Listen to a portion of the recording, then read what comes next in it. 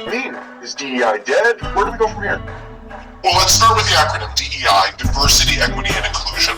Diversity means who's represented in the workforce, just demographically who's there.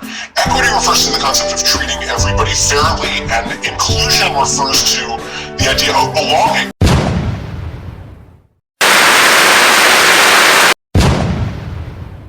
That people feel like it's a place that they can participate and succeed. And in general, these are values that sort of most people sign on to, but not everybody signs on to how they get manifested in the workplace and in society at large. So we use this acronym DEI to describe these three values that many organizations today strive to embody. Many companies think that maximizing DEI makes them stronger as organizations and better able to function in the marketplace.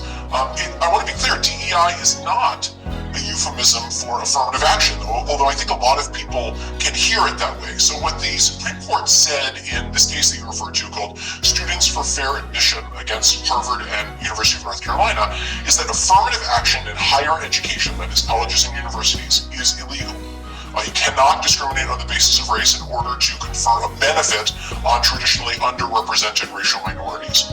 That was already true in the employment context with very limited exceptions. So that leads to the question, is DEI now illegal? Well, I think the answer to that is probably no.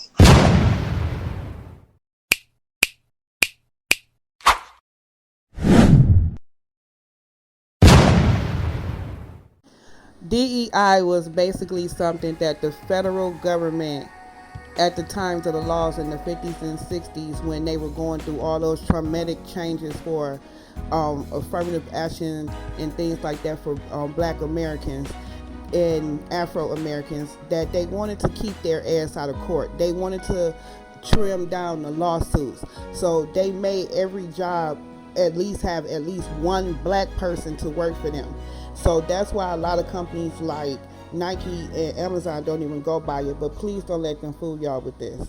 What companies can't do is to confer a benefit on some people over other people because of membership in protected categories, such as race. You almost certainly at this point can't have a leadership program that's just for employees of color, for example.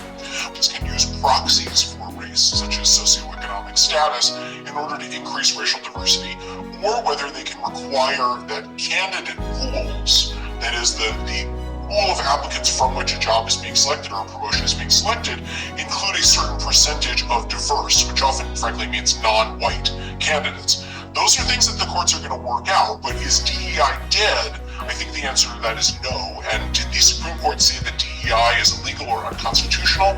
Again, I think the answer to that is no. Companies still want to advance diversity, and they still can in certain ways. So companies certainly can still profess a commitment to DEI principles. They can develop programs to uplift diverse workforces, including education about diverse perspectives for everybody, celebrating heritage months, or having open affinity groups that are welcoming to everybody. And they can work to ensure that opportunities for jobs and promotions are open to everyone. Having open access, having opportunities for everyone is not discrimination.